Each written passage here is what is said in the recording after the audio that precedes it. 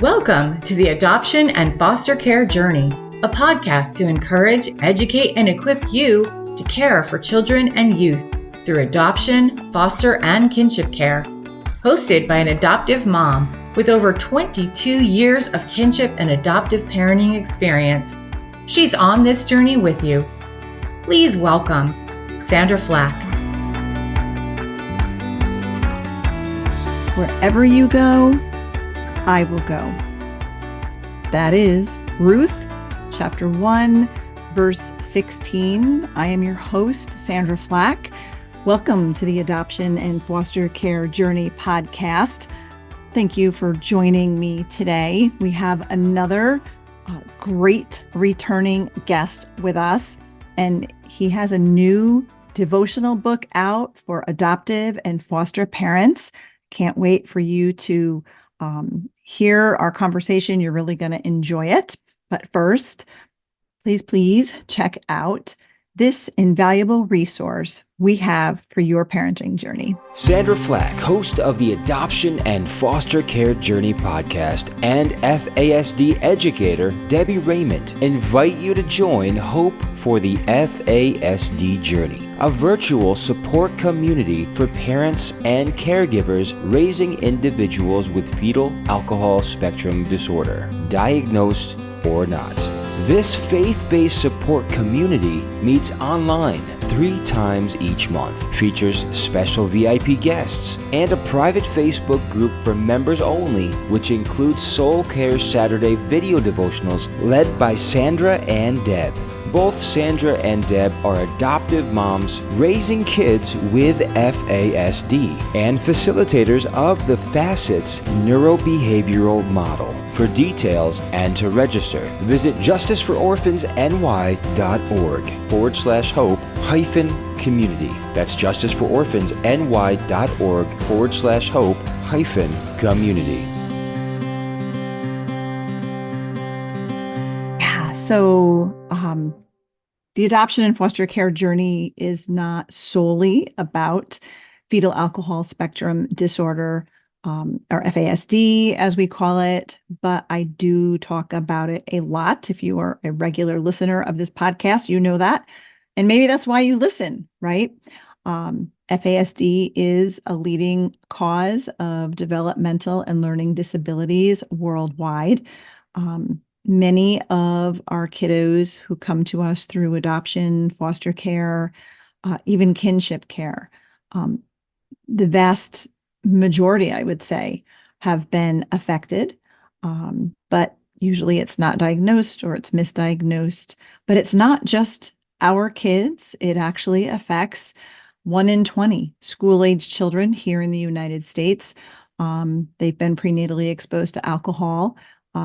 Most women do not know that they are pregnant initially and could even be just drinking socially. And then their child is exposed in utero. So a lot of myths out there on, when it's safe and what is safe, but there is no known safe amount of alcohol to consume during a pregnancy, no safe time in a pregnancy, no safe type of alcohol to consume. So we want to keep those babies safe. But, so many women don't plan their pregnancies and don't know. And then, of course, in child welfare, there are a lot of children prenatally exposed because there is more of a likelihood of addiction and unplanned pregnancy. So it's pretty rampant and nobody really realizes it. It's more prevalent than autism even. So I talk about it a lot because it really affects our kids. And so many families are struggling. My family was struggling. Some days we're still struggling.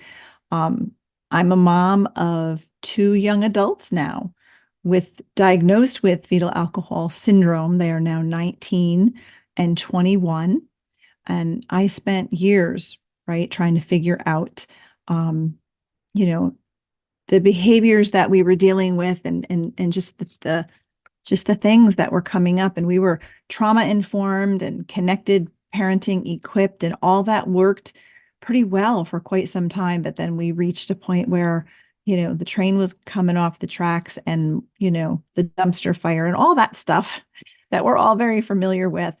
And it was like, gosh, we have attachment, we have connection, but what else is going on? And then really realized at one point, I think we need to take a closer look at their FAS diagnosis, because when they got that diagnosis when they were little, we were given a paper on ADHD, and the developmental pediatrician pretty much said, here you go, have a nice day, maybe focus on life skills. That was it. So I want to make sure that you have resources for your journey, especially if you suspect this applies to your kids or it does, because I want to provide you with the supports and the encouragement and the help that we didn't have and struggled through so many years. So you heard about the FASD Hope for the FASD Journey community. It's a support group online. We've got parents in there, caregivers in there with kids of all ages, from little kids up to young adult kids. And we pray for each other at the end of every meeting. And throughout the week, we stay connected in a private Facebook group. So it's such a support. We hope you'll try it out. Connect with us on that. Sign up for that. I also do one-on-one parent coaching online and FASD workshops online and in person. I travel, I speak, I teach. So all of the above. We have some free workshops scheduled throughout October and November, and a couple of the 3-hour sessions. So you can go to our website, justicefororphansny.org, and click on the training tab at the top of the page, and you'll see the drop down it'll either say registration and you can go register, or you can see FASD and go there and see everything and then pick what you want to register for. So check that all out if you feel like that is something that you want to know about or learn more about. I write extensively on my blog about FASD and our parenting journey. So you can check my personal blog out. That is sandraflach.com. I hope you'll do that. And if any of you are planning on attending the Replanted Conference this month in Chicago on the 24th and 26th of October, I will be there. I'm teaching a breakout session on FASD. What else, right? And I will have a high top table with some resources where you can come and connect with me there. So I hope to see you there if you're planning on attending. It's a great conference and retreat for foster and adoptive parents. So subscribe to this podcast so you don't miss any guests or announcements or episodes. We also have the YouTube channel where you can watch this podcast. It is at the Justice for Orphans channel. And of course, whatever platform you listen to your podcasts on, leave us a review or follow, subscribe, all that good stuff. We greatly, greatly appreciate it. So preliminaries over. Let me get to our guest today. I'm super excited to have Ryan North with us. Ryan is the co-founder of One Big Happy Home and creator of the Empowered Parent podcast, which I am a regular listener of. The Empowered Parent podcast is a popular resource for practical strategies on raising children with trauma and attachment issues. Ryan is a recognized expert on childhood trauma, trust-based relational intervention, TBRI practitioner. In fact, Ryan and his wife, Kayla, did the Train the Trainer for my husband and I several years ago, back when they were working with Empowered to Connect. So we became Empowered to Connect parent trainers under Ryan and Kayla. So they've been doing this a long time.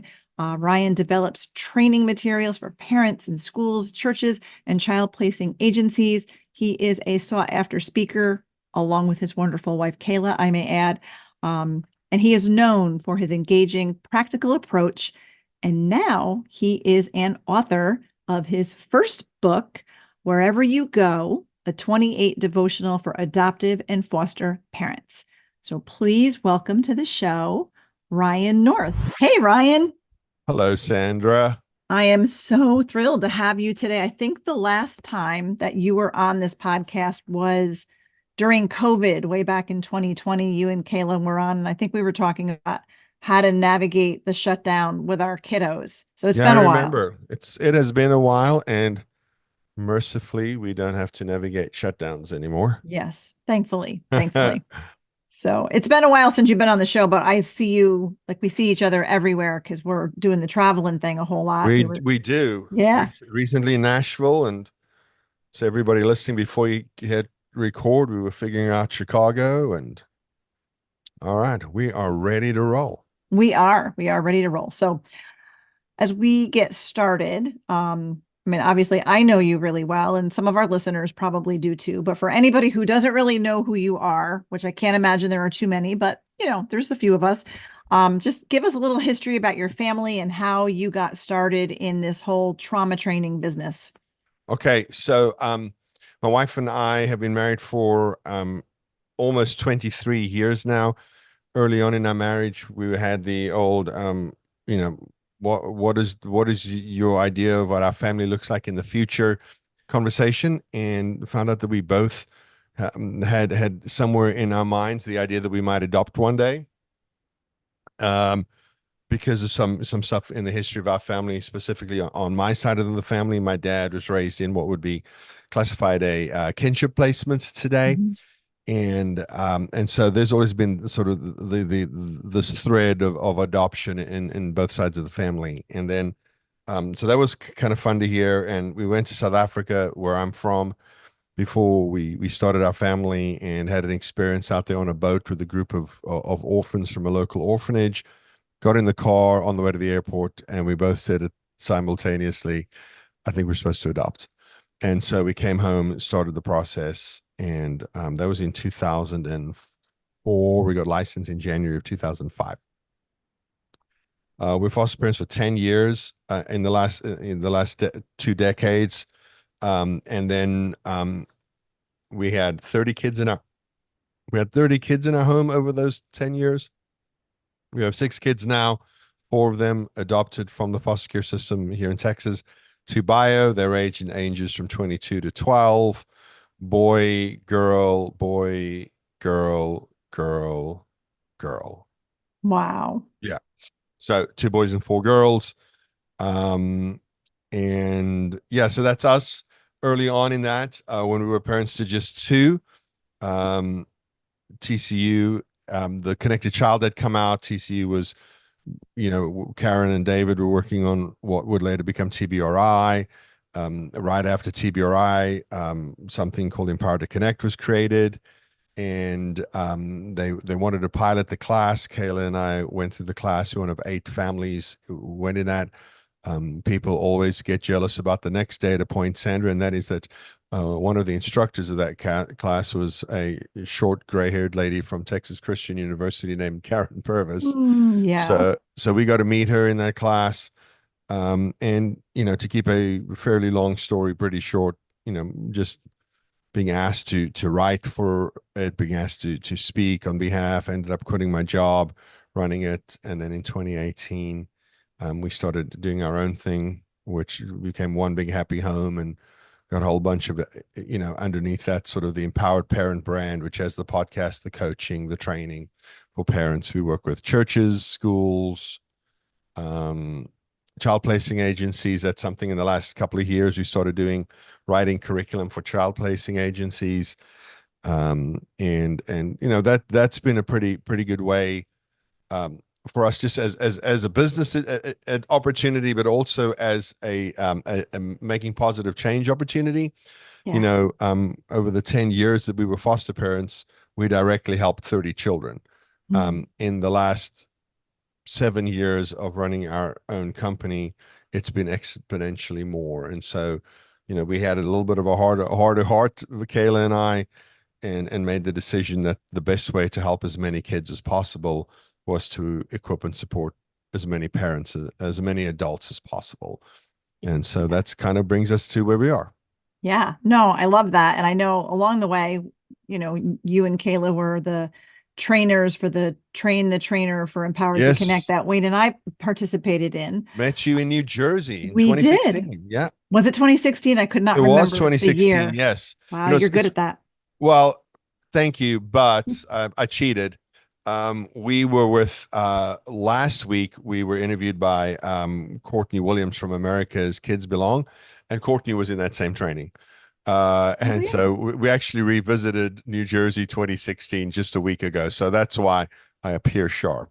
Oh, well, good. Because I would not have remembered the year. It's a blur, parenting all these kiddos. Yeah, Uh, doing all the things. doing all the things.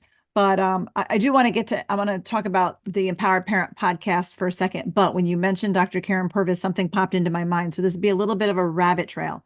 Okay. So I'm good with those. yeah. So it has to do with the book, The Boy Who Was Raised as a Dog by, Yes, is it Dr. Bruce Perry? Dr. Bruce Perry, the boy Okay. who was raised as a dog. Yes. So somebody else had mentioned along the way that I should read that book. I ordered it. It was in my stack of books.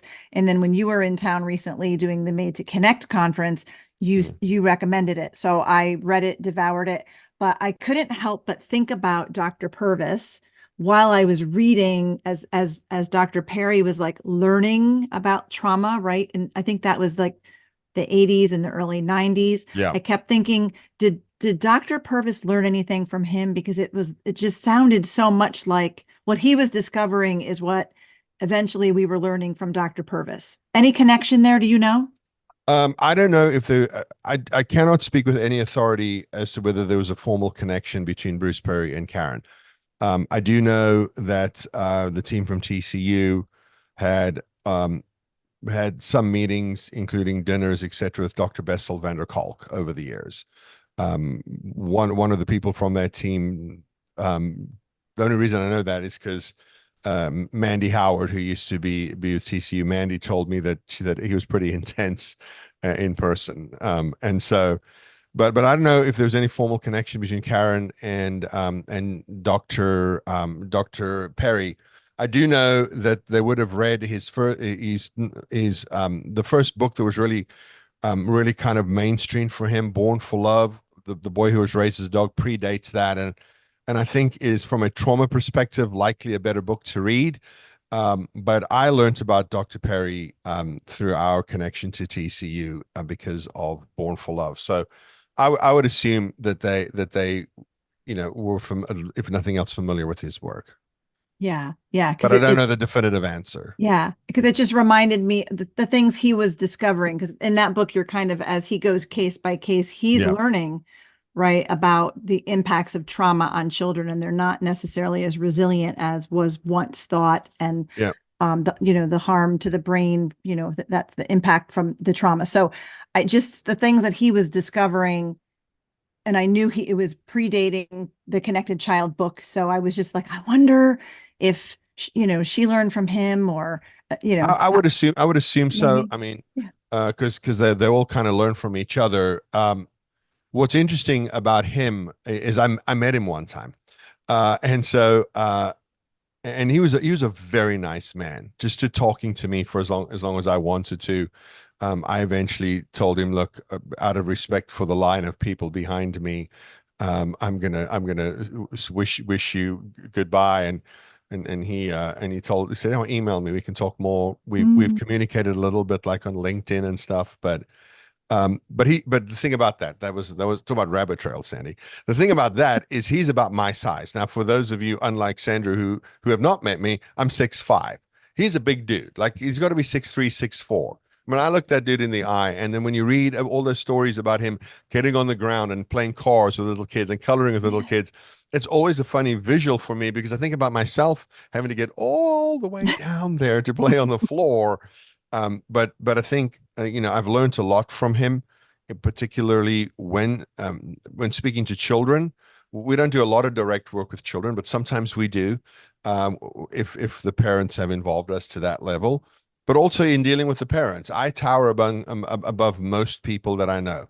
Right, I'm just 6'5". I'm not like I'm like an NBA size guy, but if you take, I'm an NBA point guard. Okay, I'm the littlest guy on the court in the NBA. But if you take sort of like just the general population, on average, men in the United States are not quite as tall as me. And so what I've learned from Dr. Perry, that you have to make, if you're large, physically large, you have to make yourself non-threatening if you want people to feel safe around you. And so that's a lesson that always with kids, always get down on their level, always sit down at wherever I can. I'll get on the floor if we're working with adults, or even if I'm just having a difficult meeting with an adult over a business issue, I always make sure that I sit down across the table. And so while they're seeing there, and while the conversation might not be going swimmingly, they at least go, okay, he's seated. He has chosen to put a physical barrier between us. And so we're able to discuss the thing we need to discuss, because in everything you do, you need to create an environment of felt safety for the people that you're working with, not just the children. And so I think that's sort of one of the endearing lessons from him, is him trying to make himself as small as he could when dealing with the children. And so, I try to do that with children and everybody, and it works. I mean, he's completely right about that. Yeah. Yeah. So I love that. That was definitely a rabbit trail, but it popped into my head. And when I was reading, I was like, I'm going to ask Ryan this question. And I probably could have asked it either before or after we recorded, but I didn't want to forget. So anyway, let's get to some other stuff here. Your podcast, the Empowered Parent Podcast. I'm a faithful listener. It's on my, it's in my catalog of, I don't know if that's what the word is, but downloaded on my phone. I listen faithfully. So talk about that, because I highly recommend your podcast for every adoptive, foster, and kinship caregiver. So tell us a little bit about your podcast. So the podcast for me is like, and I think, and to some degree, you have an advantage that you do this by yourself, right? And I'll explain that in just a second, because we got to coordinate my schedule, Kayla's schedule, and Chris's schedule to record. We have recorded some episodes without Chris. We've recorded some episodes without Kayla, because of the scheduling issues. But when we started it like 7 or 8 years ago, we've got like 100. I think we published episode 171 today. It's been downloaded like 700,000 times. It's hilarious. We'll go to conferences and people will come and ask us, say, "Hey, we love your podcast. Can we take a picture with you?" And so it's almost like being in a band, in that it was something fun that we did. You get you and your friends together and you just make music. And that was really fun early on. And now it's kind of like we've been in a band for 10 years and you got to drag people into the studio to get it done. But it's a lot of fun. Mm-hmm. It's a place where we can essentially workshop ideas out loud. It is a place where our approach to it has always been, there's 3 of us, but we want you to feel like there's 4 seats around the table and you're sitting in a conversation with us. That's always the thing with the kind of the vibe we've tried to have, is that it's conversational. We tend to not interview a lot of people as a result of that. We just don't. And it's not scripted. There are no this is literally how it goes. We'll gather everybody. And so we have some office space. When those, you rent an office, but you have access to everything in the building, those group working places, and they have some really great conference rooms. And so we'll book a conference room and we'll get there. We'll set all the mics and all the gear up. And then, and this is what it's become. It hasn't always been like this, but this is what it's now, because I'll think about it and then I'll just write something on the board. 4 steps to move from, one we did recently was 4 steps to move from reacting to responding. I wrote that on the board, wrote down the 4 steps, because Kayla and I teach on those 4 steps, wrote down the 4 steps. And then I said, I think we should talk about this. And Kayla and Chris looked at it and said, yeah, I think we should. And then I said, okay, Chris, as soon as you've got some question that triggers that, you let us know. And then we just kind of goof around for 10 minutes or so. He does a very bad Matthew McConaughey impersonation, makes Kayla laugh every time. And then we hit record. And so the thing I love about it is produced, it's time bound, it's encapsulated, but it's the closest thing to improvisation that we get to do. And I wouldn't like it if we did it any other way. Yeah. They would find me very unhappy. And so I think part of what makes me happy about that is that there are 2 other people on the planet who can just seamlessly jump into that have those kinds of conversations. And we've known Chris for, gosh, 10, 12 years now. And not just in that context, we were friends before we started doing that together. And so it's a lot of fun. We get to do with our friends, and we get to talk about what we tried. We try to be honest about how we failed, because there's two things that I want people to come away with. Number one, you have a seat at our table, and number two, it doesn't matter that you mess up. It matters what you do afterwards. Yeah. Right. Repair. Will you go back tomorrow and try again? Will you forget the failures of today, yours and your kids? Because I'm a firm believer that every bad human interaction requires at least two people to contribute. There's never, ever just one person who contributes to a bad interaction. So own your part, forgive the other person's part, and forgiveness is hard. It is. We say it's easy, but forgiveness is I treat you like you did never offended me. Well, that's hard. Mm-hmm. And so those are some of the messages we try to get across. I find, as we've been doing it for years now, that we now sort of dance between sort of practical ideas. We used to be super practical, but now sort of practical ideas plus sort of wrestling with some of the larger philosophical issues of life, like forgiveness, like I was just talking about. Yeah, love it. Did I answer your question at all? Yes. Okay. It's a great podcast, and you're definitely equipping parents and caregivers in that space of trauma, the impacts of trauma and parenting through that. So let's talk about one big happy home. Sometimes I want to say family. I always have to catch myself. One big happy family. I know. So one big happy home. Yep. Because you do coaching and all kinds of things. Kinds of things. Yep. So let's unpack that a little bit so our listeners know that you have these resources. Can I just take 30 seconds to tell you the origin of that name? Yes. That name. When we did the Empower to Connect class for the first time, they asked us, we had to agree to parent our children with those principles exclusively for 12 months because they had Tori part of a neurotransmitter study that TCU was doing. And so it was to find out, now because you've seen the videos now, that it actually works. It makes parenting a child with a relationship being the primary driver of the interactions makes a change on a chemical level. So we decided to agree to do that, which is why I'm not I'm a true believer in this stuff because I saw the lab reports, how they changed over the course of 12 months. So anyhow, Kayla said, I think we should journal to keep ourselves honest.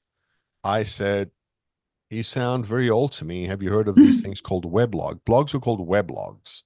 Mm-hmm. I mean, blogs are almost like, for the most part, I think they're almost in the past now, but they were brand new then. And so we started a blog. What did you want to call it? Kayla wanted to call it One Big Happy Home. And that was sort of her name it and claim it theology. She wanted she only had 2 kids at the time. She wanted 6 kids, and she wanted our house to be a happy place. And so that's what she wanted to call it. And then when we started the company, we just decided to keep that going because the blog had garnered a lot of sort of following and support over the years. So we went with something that was already established over the years that's morphed into training for parents. So we have live training, we have multi-week courses, we have video-based training, and then we also do parent coaching. We have stuff for child placing agencies, which is a lot of the things we do for parents, except we also have written the pre-service training curriculum for agencies, and then we do train the trainer events and equip their staff to teach it. We do specific training for their staff. We do training. We've done some training with schools before. Had a school district in Michigan reach out yesterday. We've traveled around the country doing that. And I predict that that's going to increase in the next 5 years because all schools now are, if nothing else, have heard about these ideas and are now starting to get curious about them. So families, child placing agencies, schools, and then churches. I love working with churches. I love working with churches because I'm old school. I still think that that Jesus, not think that sounded bad. You don't have to edit this. I'm just going to say it again properly what I meant. Jesus is the hope of the world. The Yes. church is the guardian of that message. So if the church is not the place where people find hope, healing, and all the things that we need in any version of the world you've ever lived in, I think that's a real missed opportunity for churches. And so we work with churches to help people feel, create environments where children feel safe, welcome, and loved. Mhm. As a result of that, the Episcopal Diocese of Western Florida, who is battening down the hatches as of Right this now. recording for the Yeah. next hurricane, they're bringing us out to Florida because they're going to have every single Episcopal reverend go through a clergy version of our training, Wow. and so we're doing that. And so that because the point is now, if you live in a community where your entire community experiences devastating events, you need to know how to help your community. Mm. So they caught that vision, and so they're having us come out and do that.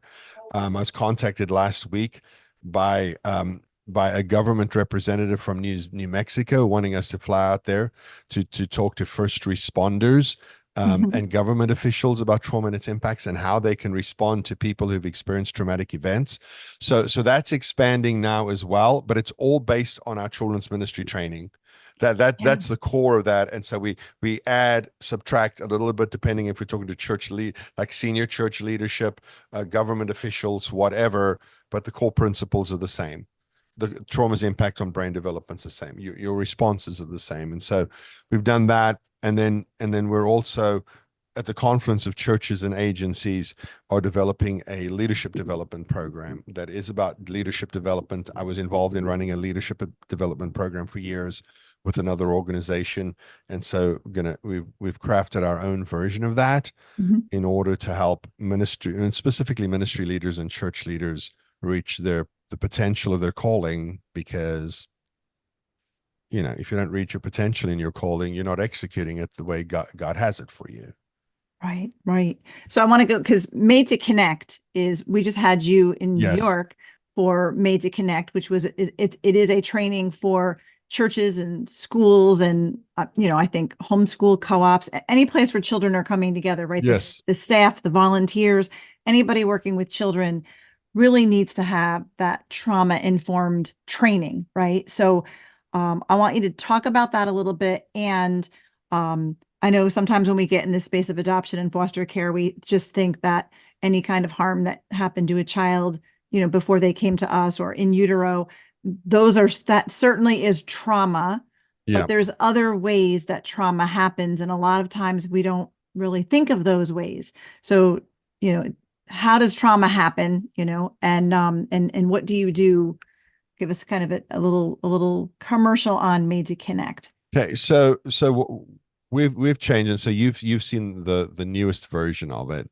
Yeah. In that we've added screens and global pandemic as risk factors, because it's just too much research on the impacts of both of those things for us to ignore that. It's like divorce. When you look at the ACEs, you could say, well, we don't have any kids at our church who were abused or neglected, and that might be true from a physical standpoint. It's unlikely that it's completely untrue, completely true from an emotional standpoint. But let's say that it is true.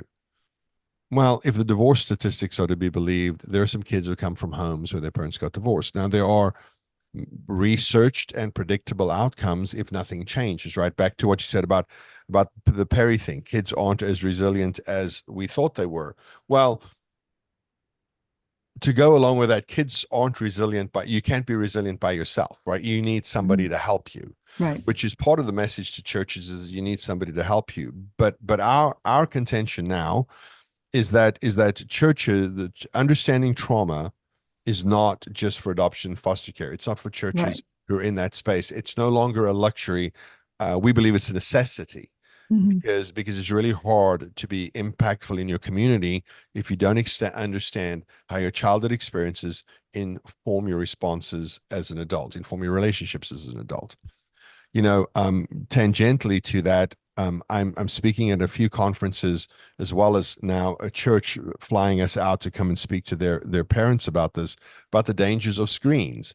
But it's not, the screens are a really dangerous developmental risk factor because they're a lifelong risk factor. Lifelong.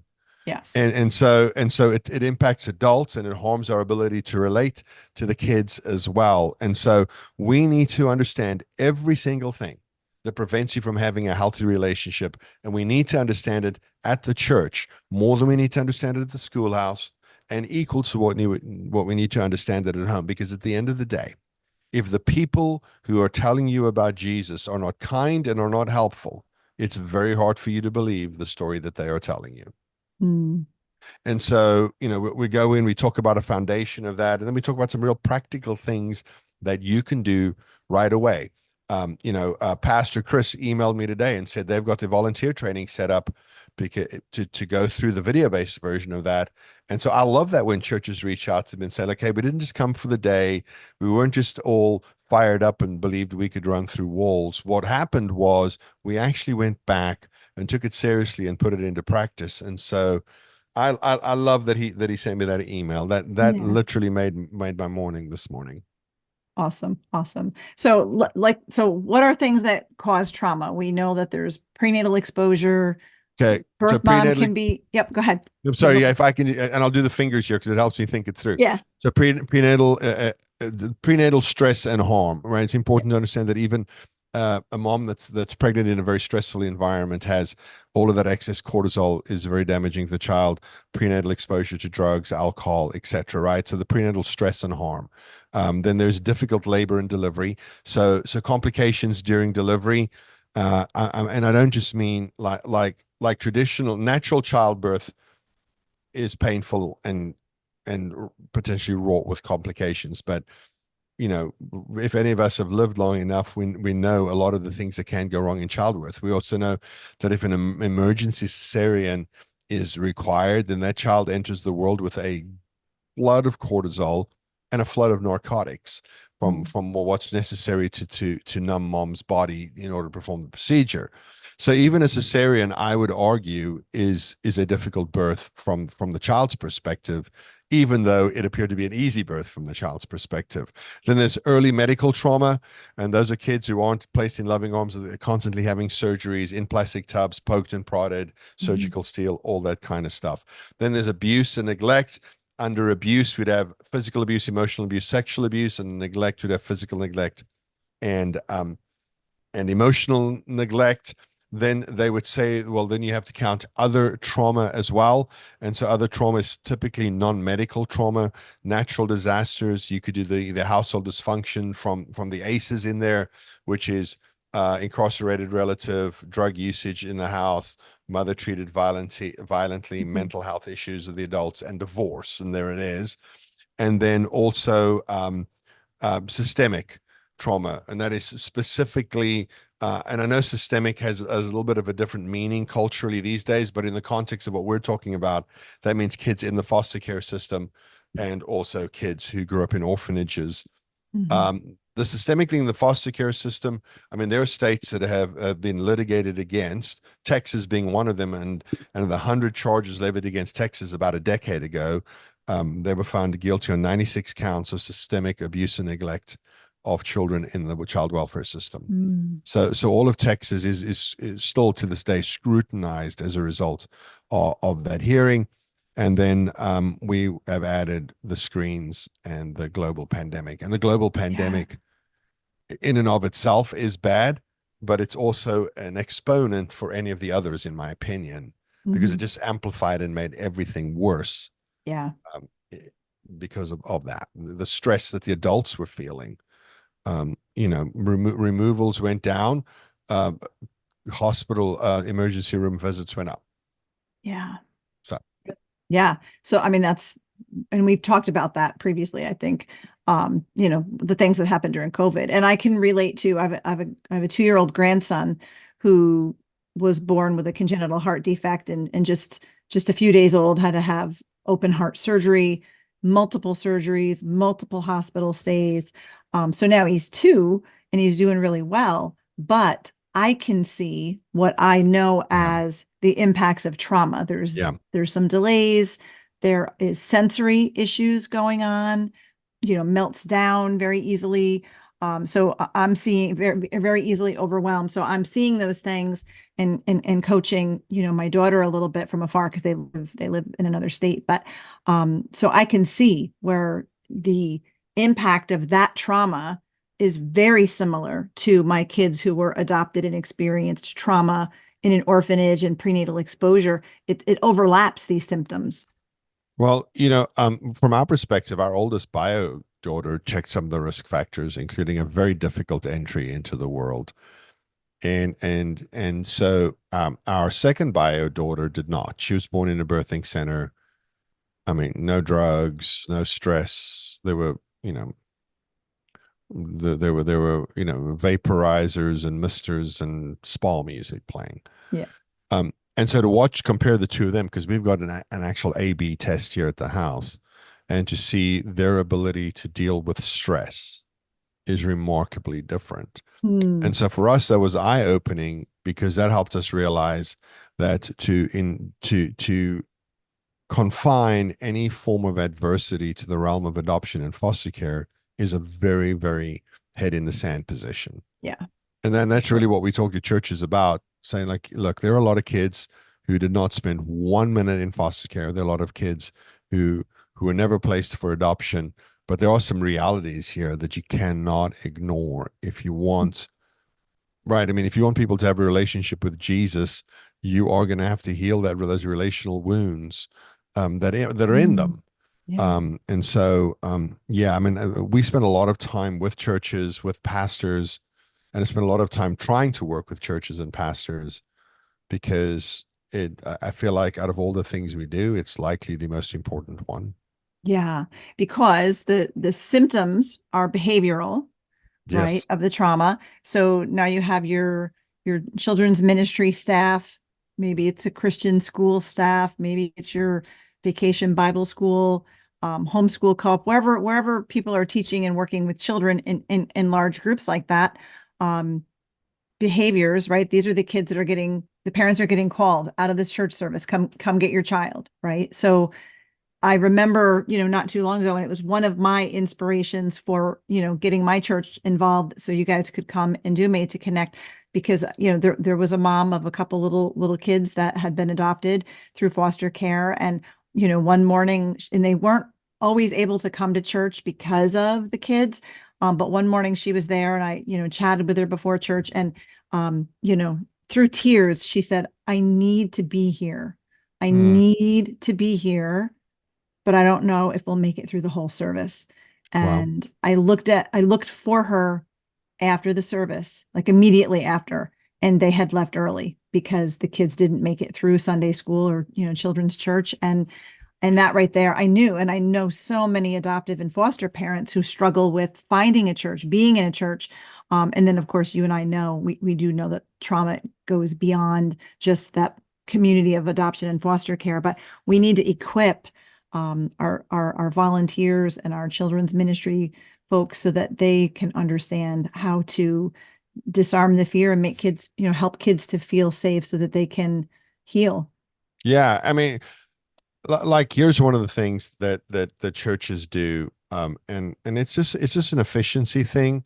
I don't think there's any ill intent. One of the best pieces of advice I ever got as a young man was never assume malice when ignorance will be sufficient. Right. And sometimes we think that the word ignorant is bad, particularly if we're the subject of the phrase that declares someone to be ignorant. But it just means you don't know. That's Right. literally what being ignorant means. It means you don't know. And so for kids who we used to say this, well, for kids who maybe were abandoned and came into the child welfare system or were taken to an orphanage, when they were young by their family. For those kids, you go to church, they're struggling to stay regulated, they're struggling to participate. And the teacher makes an efficiency decision and says, hey, we need to get this kid's parents. They are disruptive. Well, Then they type in, 3B7, it flashes on the screen. You look, everybody looks at their tag and you go, oh no, it's me. And you walk out and you go, and then the teacher invariably tells you what your child was doing wrong. And then you leave with your child. Well, what we only view that from, well, you're making sure that that child isn't disruptive to the rest of the class, et cetera, et cetera. But what if you had people who could help that kid get regulated and participate? Because for the child who may have got into care because of abandonment, they're gonna learn at church that church is a place where people give up on me too. Yeah. Now how do you get how do you teach somebody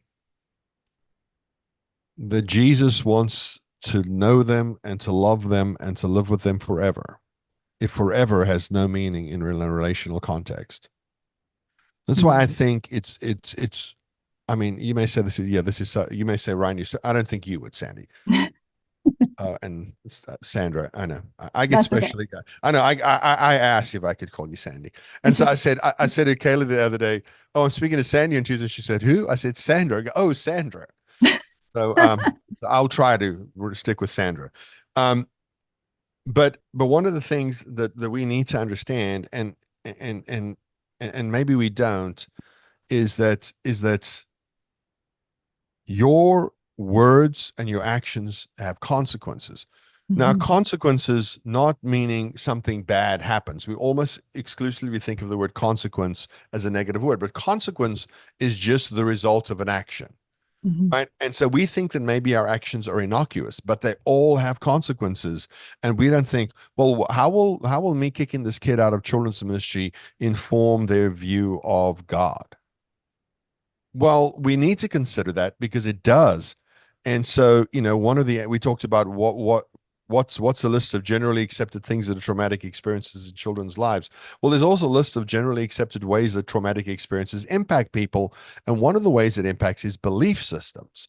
Right? Have you ever, I don't know if you've ever done any work with adult people who are who are in domestic violence experiences and then got out of that. I remember reading an interview one time with this woman who her and her abuser were both arrested on drug charges and were both incarcerated, and that's what broke the cycle of abuse. And when she came out, she wrote a book or something about it, I think. And in it, she said, the problem with being in the cycle of abuse is because you get used to, for lack of a better term, being treated that way, that you think it's normal because you don't know anything else. So you don't know that you need to get away because you just assume this is waiting for you anywhere. Number one. And number two, you start to believe that because there's something wrong with you, you deserve to be treated like this. Now, if you haven't considered what a tragic statement this abuse is something I deserve is, then we probably need to sit in that for just a little bit and think about that. Well, the truth of the matter is that it happens to children too, but their experiences have a profoundly deeper impact than adult experiences, right? An adult who is being abused, that impacts their brain development differently than a child who's being abused. And so, and what that means in short is that the impacts are profoundly deeper.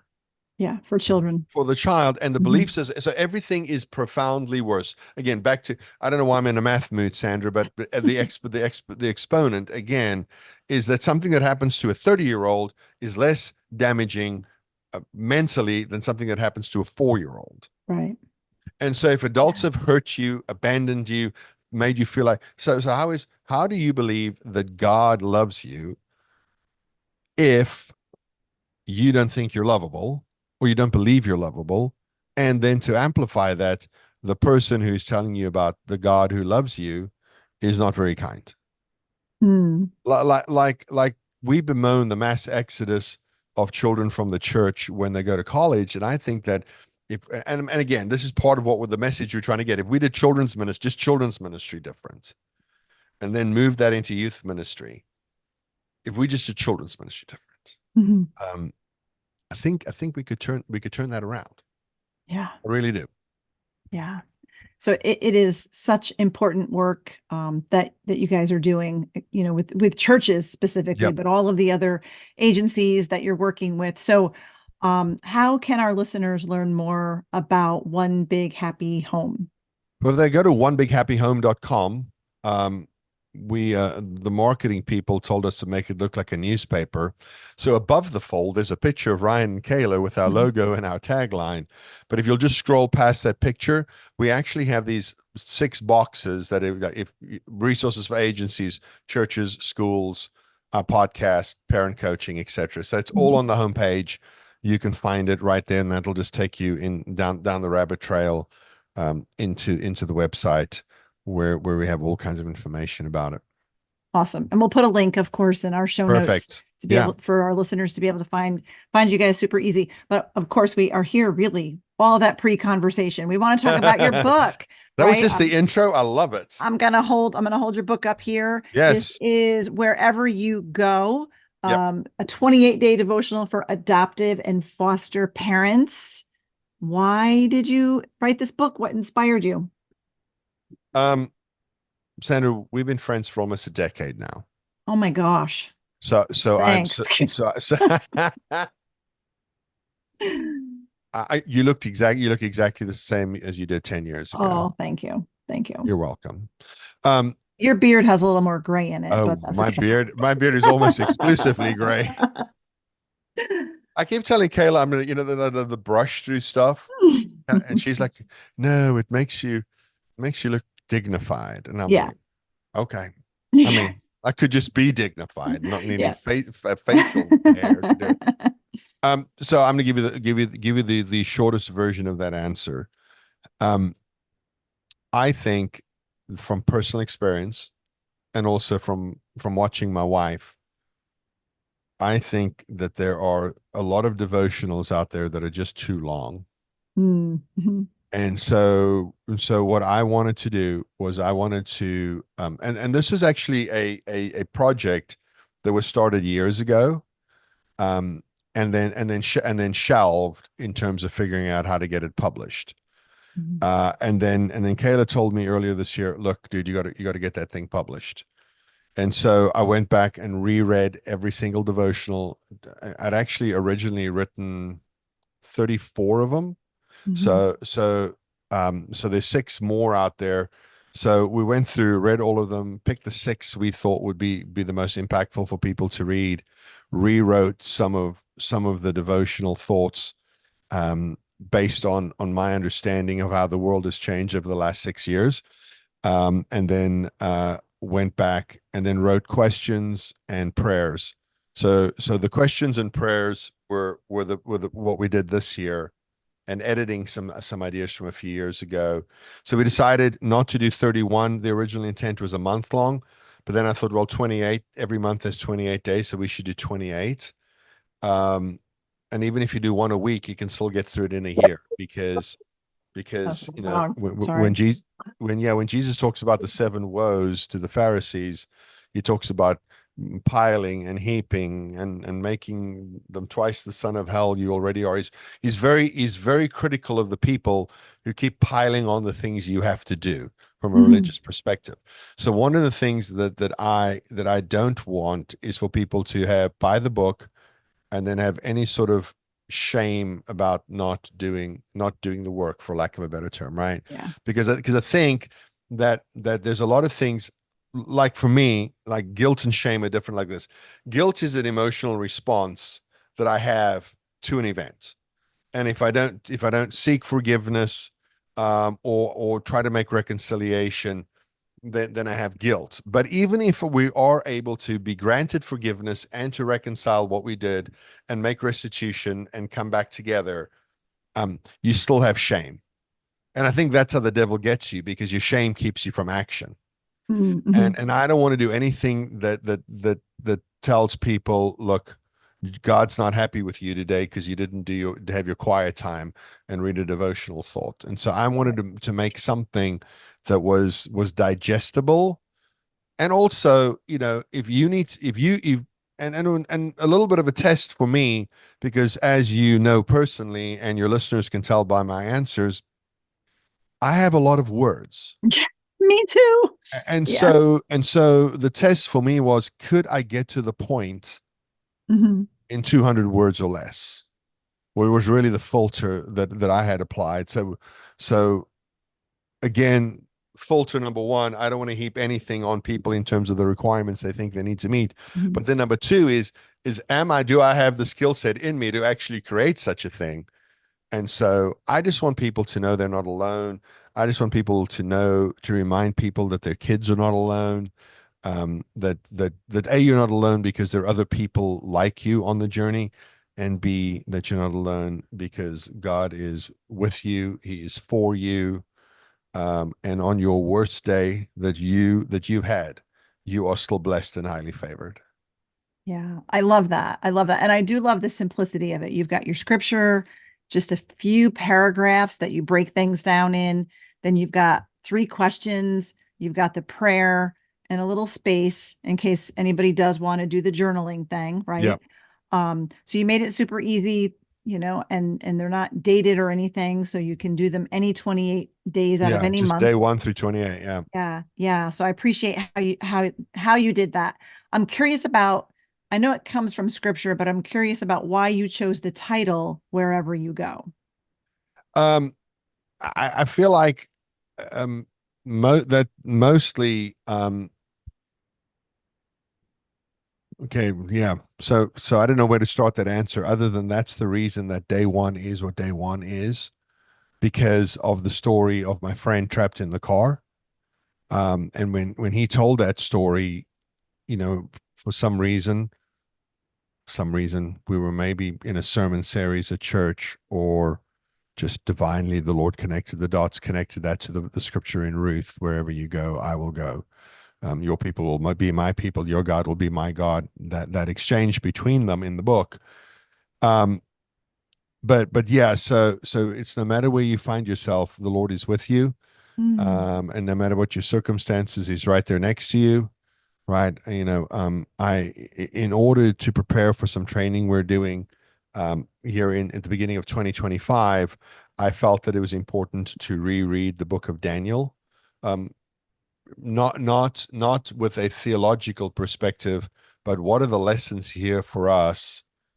Mm. Um, living in a world that is increasingly unfriendly to our religious beliefs, and in some places making the free exercise of those beliefs more difficult. So I thought, you know what, that's a good one.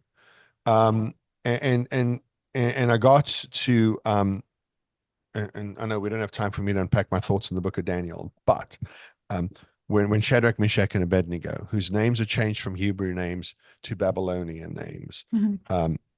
so is Daniel's to Belshazzar, but he's only referred to as Daniel in the book. So anyhow, that's a whole conversation as to why that's Yeah. interesting to me. But when they're in the fiery furnace, no harm comes them. And there's a fourth figure in the furnace that theologians mostly agree on, that's Jesus in the flesh with them in the fire. And so that was reminded once again that no matter how dire your circumstances, God is with you. Mm. And what I've learned in dire circumstances in my life, to take a posture of, why is God silent on this? I've learned that it's not that God is silent, it's that I am impatient. Mm. And so that's kind of, I want you to remember that no matter what your circumstances are, no matter the uphill mountain you are trying to climb today, um, the Lord has not forgotten about you. He may be trying to teach you something. Mm. Um, you know, I and so wherever you go, He's with you. This is going to sound weird, but I don't know how else to say it. I'm a big fan of the Old Testament, really, and I think for our actual loss, we don't read it enough or teach it enough, because the book of Exodus is, you could run a whole leadership development course on Moses, Mhm. right? You can do a lot of things like that. Yeah. But like in Habakkuk, it starts with, God, why have you forgotten us? How long will you forget us? And Mm. God's like, dude, you need to be patient. But while you're being patient, remember, I'm going to send some really bad people who are not my people, who are evil people. And I'm going to come and get them, and they're going to get you, and they're going to drag you away. And that's all part of what's going on. So you just need to wait, because there's a great day coming. And so our church is going through 3 weeks, the 3 chapters of the book of Habakkuk. And the pastor said on Sunday that God's response to Habakkuk in chapter 2 can be summed up in one phrase: I said what I said. And so the question then becomes, do I believe that God is with me wherever I go? Mm. And so over time, the Lord has, through difficult experiences, has taught me that. I would not have the confidence that God is with me wherever I go if I had only led an easy life. So true. So true.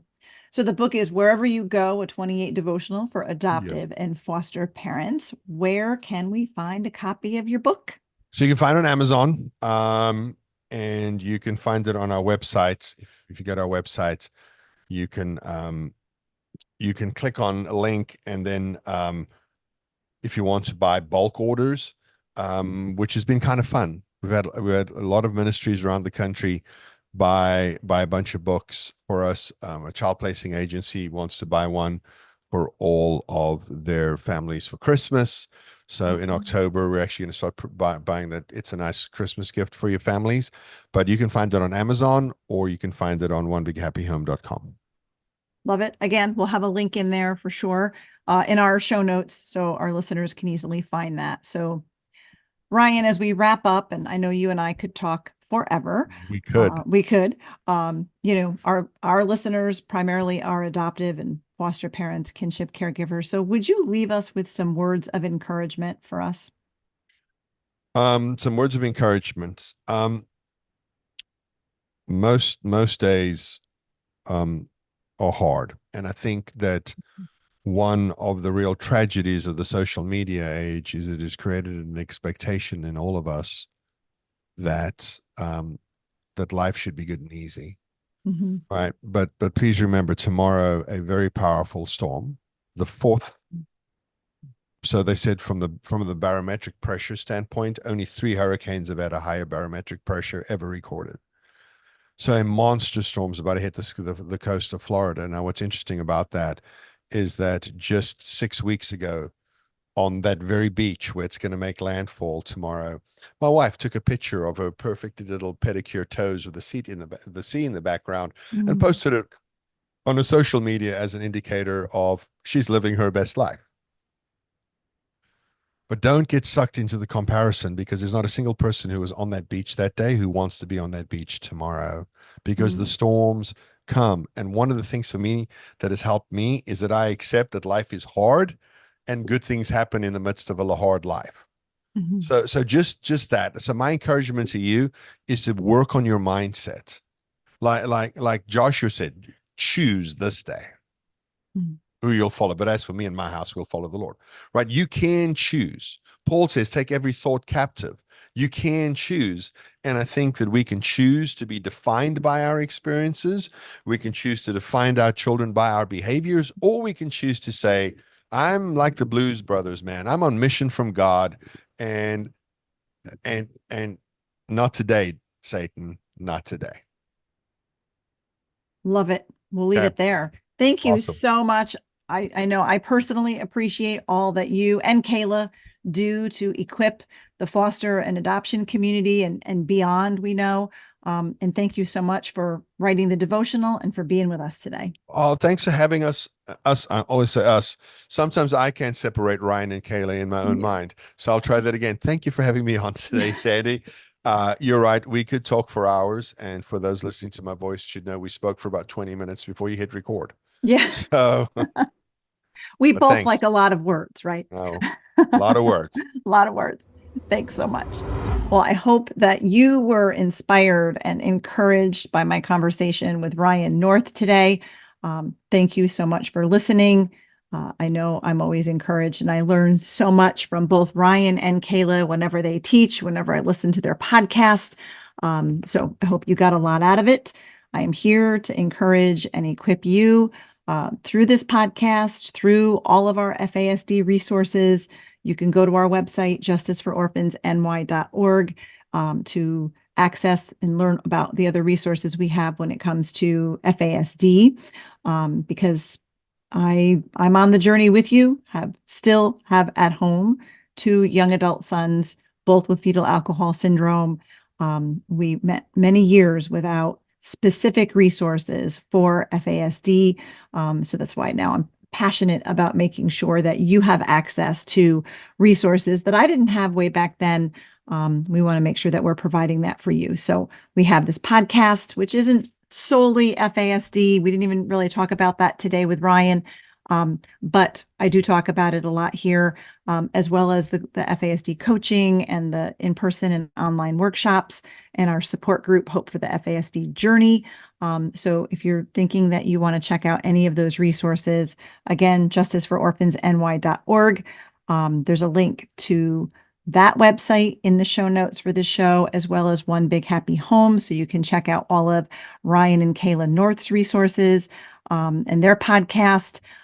So make sure you check all of that out. Be sure to follow us on social media. Justice for Orphans is on both Facebook and Instagram.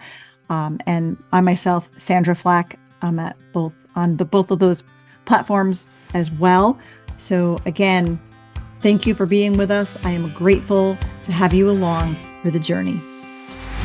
Thank you for listening to this episode of the Adoption and Foster Care Journey podcast, brought to you by Justice for Orphans. We hope you were encouraged today.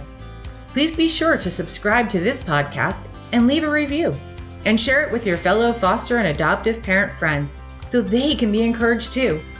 Be sure to find and follow us on Facebook and Instagram at Justice for Orphans, and check out our website for vital resources at justicefororphansny.org.